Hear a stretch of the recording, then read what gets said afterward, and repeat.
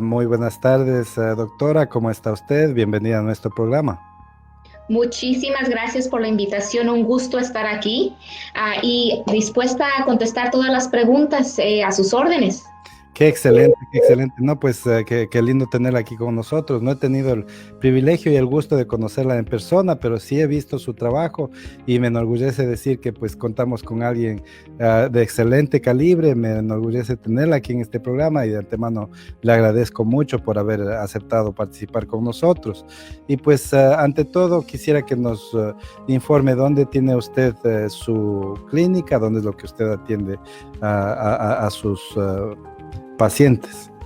Claro que sí, la clínica está localizada en el este de Los Ángeles, pero pues ahora con la pandemia hemos tenido que ser más creativos, ¿verdad? Entonces nos han dado permiso el board que nos da las licencias para practicar el área de salud mental, nos ha dado permiso a hacer todas los asesoramientos en línea. Entonces ahora sí que la distancia ya no es un problema. Y mi licencia, como lo habían mencionado, es en el estado de California, pero en tiempos de pandemia nos han dejado atender a toda la gente que esté en Estados Unidos, no importando ya el estado. Entonces, de aquí hasta que termine la pandemia, podemos atender toda la gente en California, toda la gente en Estados Unidos, no limitando nada más a California, y pues lo podemos hacer en línea. Entonces, así como lo estamos haciendo ahora, o por teléfono también. Muchas personas no tienen acceso a internet, lo podemos hacer también por teléfono. Pero para las personas que nos quieran ir a ver en persona, la clínica está en el este de Los Ángeles. Qué excelente noticia que usted me da. En realidad no me había dado cuenta de este detalle y eso es algo importante tenerlo en mente.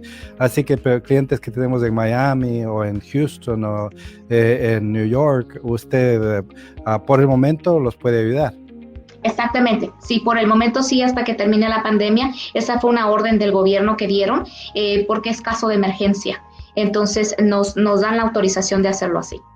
Qué excelente, qué excelente. Ahora, yo sé que lo que usted hace, pues básicamente lo que da es assessments, ¿no? Evaluaciones básicamente, ¿qué es lo que usted provee para las personas que tienen necesidad de sus servicios en el área de inmigración? ¿Nos puede describir un poquito? Claro que sí, una evaluación para emigración, en sí así es como lo llaman las personas, pero es un asesoramiento de salud mental. Entonces, en este asesoramiento, las personas se les hace una pregunta, las preguntas para conocer bien su vida entera, no nada más el problema que están pasando ahorita de migración, pero nos vamos hasta hablar de la niñez y los problemas que tienen desde la niñez. Entonces, en este asesoramiento se les hace una evaluación entera, después se les mandan 2 cuestionarios para que ellos nos digan si tienen síntomas de depresión, ansiedad o de estrés postraumático. Porque ya sea cualquiera de sus casos que tengan un caso de hardship o un caso de asilo, de visa U o de VAWA, tienen muchos de estos casos, muchos de estos síntomas, todos entrelazados. Entonces, eso obviamente que sí hace un efecto cuando aparte de eso se le añade la cuestión de que tengo una deportación encima o estoy en riesgo de que me puedan deportar. Entonces los síntomas de salud mental se hacen mucho más grandes, se magnifican. Entonces es lo que hacemos en el asesoramiento. Se hace un recuento de toda su vida con un análisis para ver si tienen en el momento depresión, ansiedad o estrés postraumático, y también se añade el por qué no pudiesen regresar a su país de origen. Entonces todo esto en un asesoramiento más o menos son de 15 a 18 páginas, un análisis completo. Excelente. Yo sé que acaba de usted mencionar, por ejemplo, lo de VAWA, ¿no? Que es el Violence Against Women Act, que básicamente protege a aquellos que son víctimas de violencia doméstica. Y aunque en el nombre de la ley dice against women, o sea, en contra de las mujeres, sabemos que también los hombres pueden ser víctimas y que no es solo para cónyuges, sino también para hijos y también para padres. Eh, Me puede decir, y pues en muchos de estos casos, una preocupación que tienen las esposas o las víctimas en general es la cuestión de la confidencialidad y de que de pronto se va a enterar el marido o de pronto se va a enterar el hijo, la hija. ¿Nos puede explicar un poquito acerca de este tema de la confidencialidad y cómo lo maneja usted? Claro que sí, encantada, muy buena pregunta. Todos los reportes, más bien todos los servicios de salud mental, no nada más el reporte, pero una terapia, una consejería 1-a-1, una consejería grupal, todo esto está protegido por una ley que se llama HIPAA. Esa ley nos dice de que no podemos como terapeutas darles la información a nadie más que a la persona que el cliente nos autorice. Entonces, en un asesoramiento que hacemos nosotros, el cliente nos firma un documento donde él nos da autorización para compartir el asesoramiento con ustedes los abogados únicamente.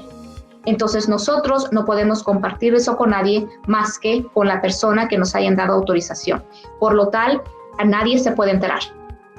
En los casos de agua, en los casos de visa u cosas así, usualmente le decimos al cliente, bueno, el email que nos vaya a dar para que yo le mande los documentos tiene que usted asegurarse que es privado, que nadie va a tener acceso.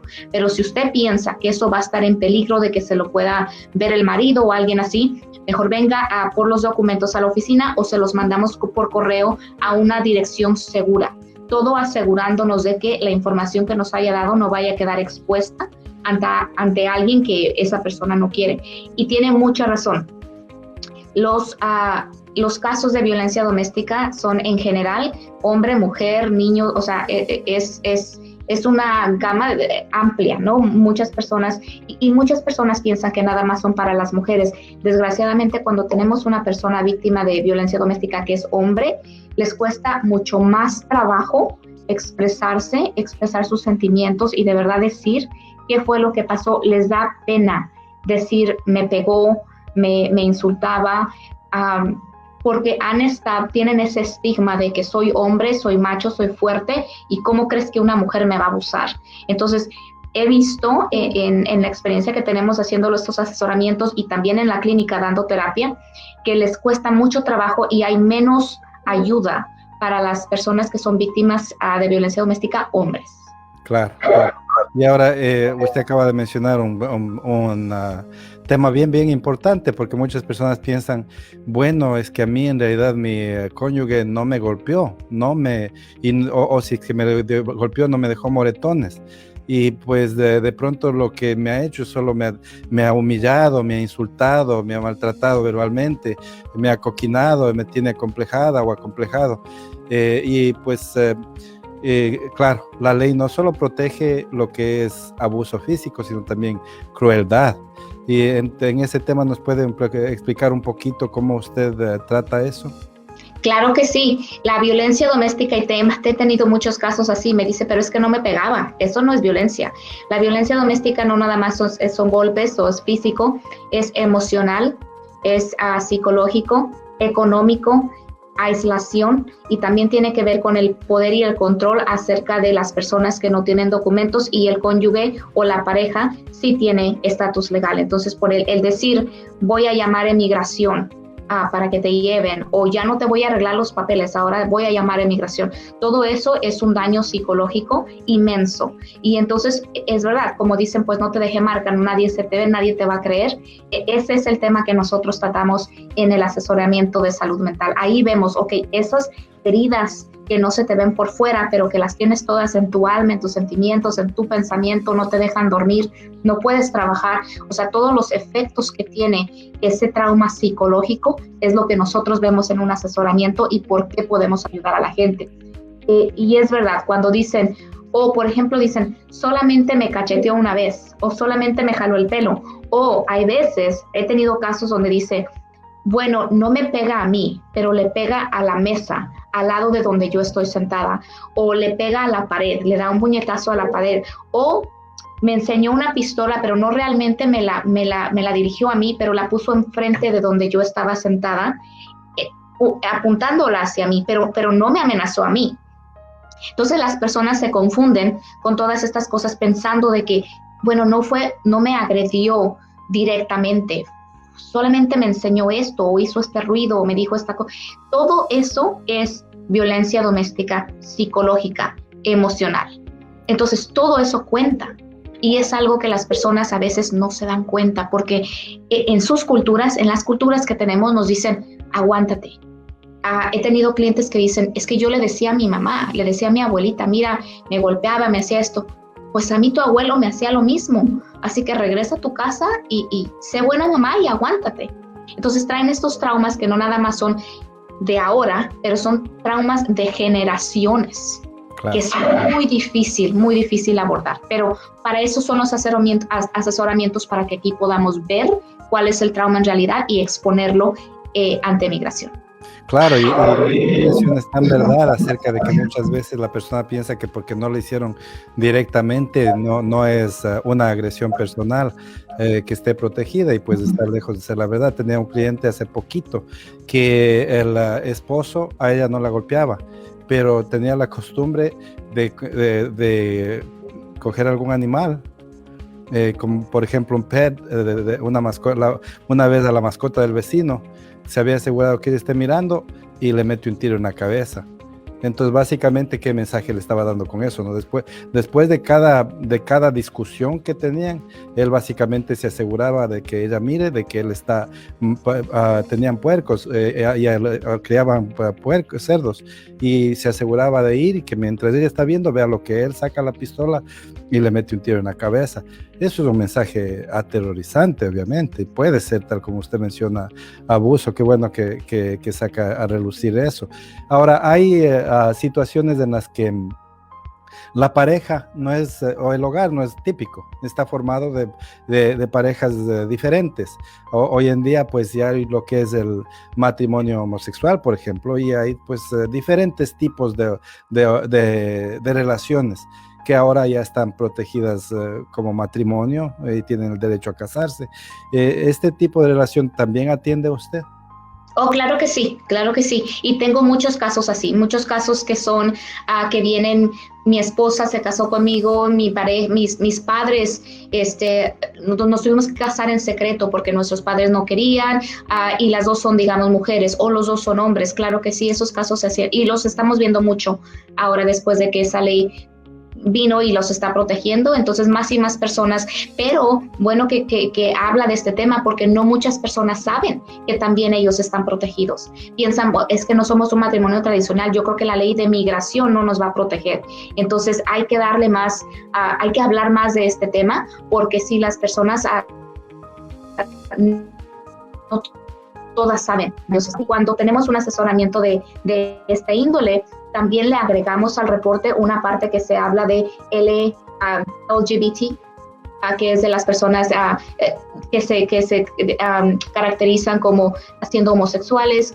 Toda esta cuestión, se agrega un párrafo extra en ese asesoramiento diciendo cómo si llegaran a ser deportados a su país de origen, por qué ese país sería riesgoso para ellos, viendo en cada país cuáles son las leyes que los protegen o las que no los protegen. Y lo que sabemos es de que en muchos lugares no los protegen. Apenas me acabo de enterar porque tuve un cliente que es de Jamaica, y yo no sabía que en Jamaica es en contra de la ley decir que eres homosexual. Entonces, o sea, los llevan a la cárcel, los matan en la calle. Yo no sabía eso, pero pues como a cada reporte lo hacemos personal, buscamos la información de cada país, entonces ahí es que me he dado cuenta. Entonces, esta persona pidiendo ayuda de no ser deportado, o sea, tenía un miedo, genuino. Me voy a mi país. El esposo había puesto en social media que ella ya aquí en Estados Unidos tenía a una esposa. Entonces, si regresaba ella, toda la gente, su comunidad ya sabía. Entonces, también está el abuso por social media. Ya, qué bien, qué bien. Y pues conversando con usted, me trae a la mente un tema también que es importante, y es el hecho de que usted habla el español, pero perfectamente, y su inglés también es flawless. Así que quisiera que nos converse un poquito cómo eso, porque pues yo he visto que hay terapeutas que tratan de hacer el trabajo por medio de un intérprete. Tal vez no hablan el idioma, pero tratan con la ayuda de un intérprete. ¿Nos podría explicar un poquito cuál es la diferencia entre irse con un terapeuta como usted, que habla nuestro idioma así tan perfectamente, o tratar de hacerlo por medio de un intérprete? Sí, bueno, pues ahí que le digo, ¿verdad? Ahora sí que el español es muy rico, y tenemos a veces cosas de que pues un intérprete, me ha tocado que cuando yo era internista, estaba haciendo mi trabajo social, y había que necesitar la necesidad de tener un intérprete. Yo nada más estaba observando, entonces yo podía ver en tercera persona. No dicen lo que a veces uno quiere decirles a la persona, ellos interpretan, no nada más traducen, pero interpretan, o sea, yo entendí esto y yo le digo a la persona esta. Entonces, al final el mensaje es como el teléfono descompuesto. Yo dije una cosa y se dice otra al final. Y la cosa es de que ninguna de las dos personas, ni el terapeuta ni el cliente, se dan cuenta que la información no era la que tenía que haber sido, ¿no? Porque ya está una tercera persona en medio. Entonces, realmente tener una persona que hable tu idioma, que se expresa como tú y que sabe un poquito más de la cultura, porque también tiene que ver en la cultura, es mejor. Yo he visto que las personas se sienten mucho más cómodas, se expresan, pueden expresarse a gusto sin tener, porque a la hora de contar un trauma, o sea, la gente llora. O sea, el 99% de las personas con las que yo hago el asesoramiento, o sea, lloran, se entregan en el asesoramiento, pero cuando aparte de esto le añades la cosa de que si me está entendiendo o no, o me doy a entender o no, o tengo que pensar cómo lo voy a decir para que me entienda más fácil, entonces se corta ese nivel de entrega, ahora sí que de entrega y de decir todo lo que pasó en tu trauma, y muchas veces se le olvidan muchas cosas que no pudo decir por estar pensando y estar concentrado en otra cosa. Entonces realmente tener una persona que te entienda bien en tu idioma, yo creo que es un gran beneficio. Sí, definitivamente. Yo concuerdo con usted también en mi profesión. Hay veces pues muchas veces, los clientes que testifican en las cortes ocupan un intérprete. Justamente antes de ayer estaba ante un juez con clientes declarando por medio de un intérprete. Y pues el número de veces que hubo que corregirle al intérprete porque decía algo diferente o algo contrario justamente a lo que están diciendo los clientes, o incluso darle la palabra correcta al intérprete para que pueda traducir, en realidad fue múltiples, docenas de veces durante la audiencia. Y pues eso en realidad es algo que afortunadamente uno puede proveer al cliente cuando habla su idioma a la perfección como usted lo hace. Pero pues qué difícil debe ser para aquellos abogados que no hablan el español y están dependiendo de un intérprete para que dé el testimonio, y de pronto el juez entiende lo contrario y de pronto los clientes están declarando algo y les traducen de una manera completamente opuesta y no hay nadie que corrija. Me imagino que lo mismo aplica en su caso, donde son temas tan delicados que es tan importante el poder incluso ir más allá de lo que es el idioma y saber las costumbres, tal como usted dice, saber el historial de su cultura, para poder comprender y tener incluso ese tipo de empatía, ¿no? Y que uno pueda comprender en su plenitud lo que está tratando. Ahora, sabemos que hoy en día están entrando o están empezando a llegar a las fronteras, dejando entrar bastantes personas, niños y de tierna edad, y pues en muchos casos cuando vienen durante esas travesías les pasan todo tipo de cosas, ¿no? Empezando con que les tienen en warehouses ahí, en bodegas inmensas, apiñados, amontonados. Recién encontraron como más de 90 personas indocumentadas en una bodega que les tenían en condiciones infrahumanas. Este tipo de persona, ¿qué retos especiales trae para usted? ¿Atiende ese tipo de casos? ¿Nos puede comentar un poquito? Si son personas adultas, sí. Los niños a veces necesitan, hay una edad en la ley de salud mental que dice que podemos atender a los niños mayores de 12 años que ellos den consentimiento. Los niños menores de 12 años, alguien tiene que dar el consentimiento por ellos. Entonces, si están en estos lugares y después de ahí los pasan como al servicio de DCFS, que es el servicio de detención de Departamento de Niños y Familia, y ellos están respondiendo por los niños, entonces sí podemos hacer la evaluación con ellos, pero en sí el trauma que ya traen, o sea, es trauma sobre trauma y sobre trauma, no nada más es el hecho de de la travesía que tuvieron que emprender en llegar aquí, sino es el hecho de la pobreza. El hecho de la pobreza es enorme.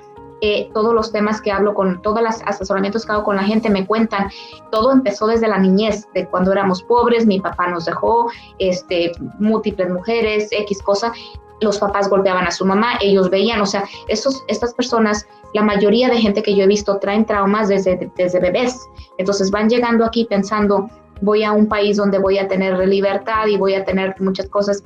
muchas cosas mejores, ¿no? Pero se encuentran entonces con que los tratan súper mal en los centros de detención, ahora sí que no tienen ningún derecho. Entonces es otro trauma añadido, pero ahora ya es un trauma aún más grande porque están siendo abusados por la justicia. Entonces es un trauma sistémico que le llaman, de que entonces ya no nada más fui abusada por mi abuelita o por mi papá, pero ahora es la justicia. Entonces ahora el miedo que en su cabeza tienen es un miedo mayor, el miedo a la policía, el miedo a reportar cualquier cosa, porque dicen, a mí me abusó una persona de autoridad, entonces me va a volver a abusar, me va a volver a pasar. Claro. Entonces tiene un peligro mayor aún porque ya no confían en nadie. Claro, claro. Pues muy, muy importante toda la información que usted nos ofrece, doctora. Podríamos seguir conversando, yo creo que por horas, es muy, muy rica toda la información que nos da y pues de excelente, excelente calidad. Le agradezco de corazón el que esté aquí con nosotros. Espero que podamos tenerle en una próxima ocasión y pues vamos a seguir trabajando, vamos a seguir confiando en sus servicios porque sabemos que siempre son excelentes. Le agradezco por eso también y pues vamos a seguir en contacto, ¿ok? Nuevamente gracias por estar aquí con nosotros.